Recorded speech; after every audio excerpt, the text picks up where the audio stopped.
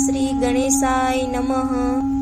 નમસ્કાર મિત્રો, ગીતા જ્ઞાન ચેનલમાં તમારું સ્વાગત છે. શ્રીમદ ભગવદ્ ગીતા એ હિન્દુ ધર્મનો પ્રાચીન અને મુખ્ય પવિત્ર ગ્રંથ છે.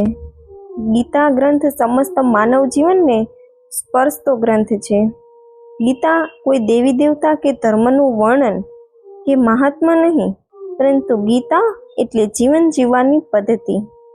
ભગવાન શ્રી કૃષ્ણએ કુરુક્ષેત્રના મેદાનમાં અર્જુનને ગીતા સંભળાવી હતી.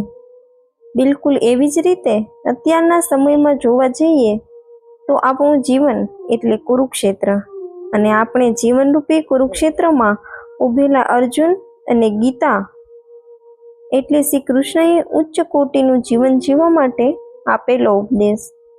5000 કરતાં પણ વધુ વર્ષો પહેલાં કૃષ્ણ દ્વારા અર્જુનને આપવામાં આવેલું ગીતા જ્ઞાન અત્યારના સમયમાં પ્રત્યેક વ્યક્તિ માટે ખૂબ જ ઉપયોગી છે.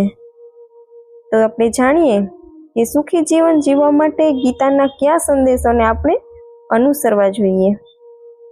મહાભારતના યુદ્ધના પ્રથમ દિવસે પાંડવો જ્યારે યુદ્ધભૂમિ પર પહોંચે છે, ત્યારે અર્જુન તેના સારથી બનેલા શ્રી કૃષ્ણને રથને બંને સેના વચ્ચે લેવાનું કહે છે. બંને સેનાનું અવલોકન કરતી વખતે અચાનક અર્જુનને લાખો લોકોના મૃત્યુનો ખ્યાલ આવે છે. યુદ્ધના પરિણામથી વિચારોથી તે ગભરાઈ જાય છે અને ભગવાન શ્રી કૃષ્ણને યુદ્ધ કરવાની ના કહી દે છે.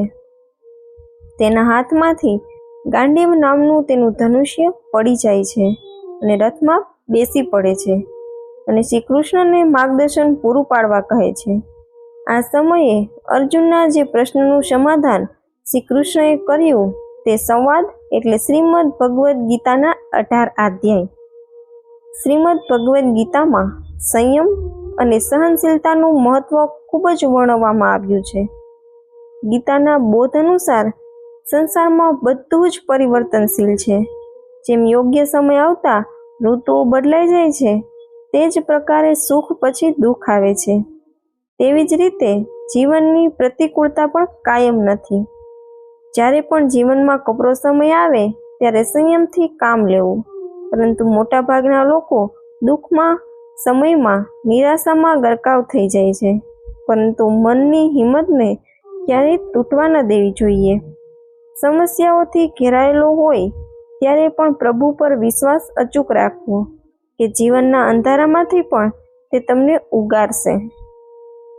ગીતાના માધ્યમથી સંદેશો આપતા ભગવાન શ્રી કૃષ્ણ મનુષ્યને જણાવે છે કે હંમેશા જીવનમાં ઉત્સાહ રહેવું જોઈએ અને એક વાત યાદ રાખવી જોઈએ કે સંસારમાં બધું જ પરિવર્તનશીલ છે.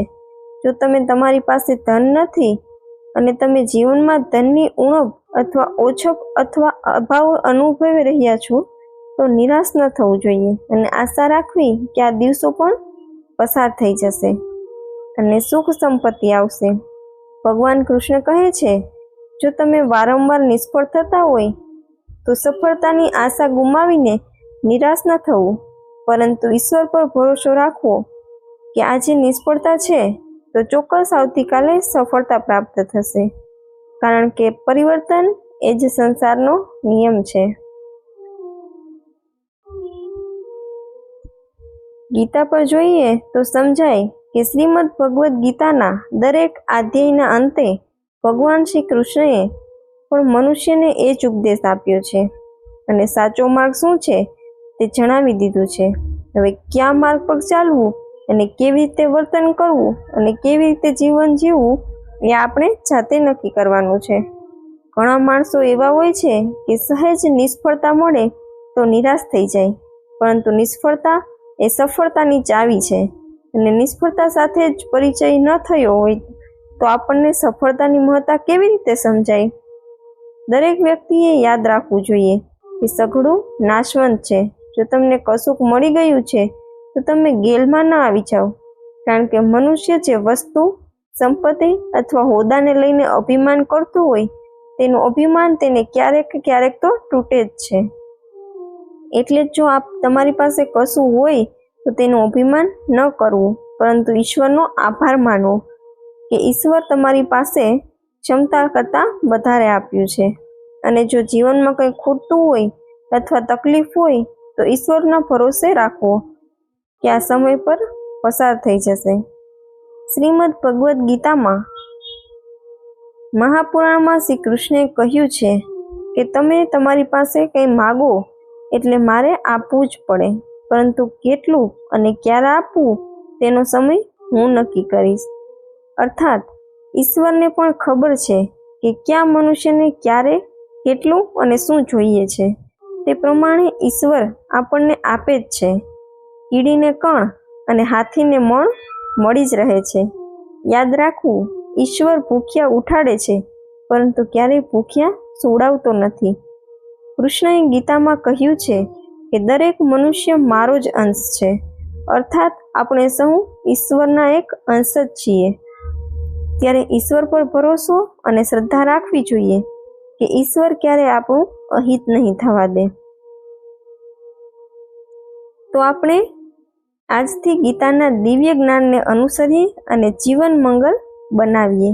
જો મારો આ વિડીયો તમને ગમ્યો હોય તો શેર, લાઈક અને સબસ્ક્રાઈબ જરૂરથી કરજો. જય શ્રી કૃષ્ણ.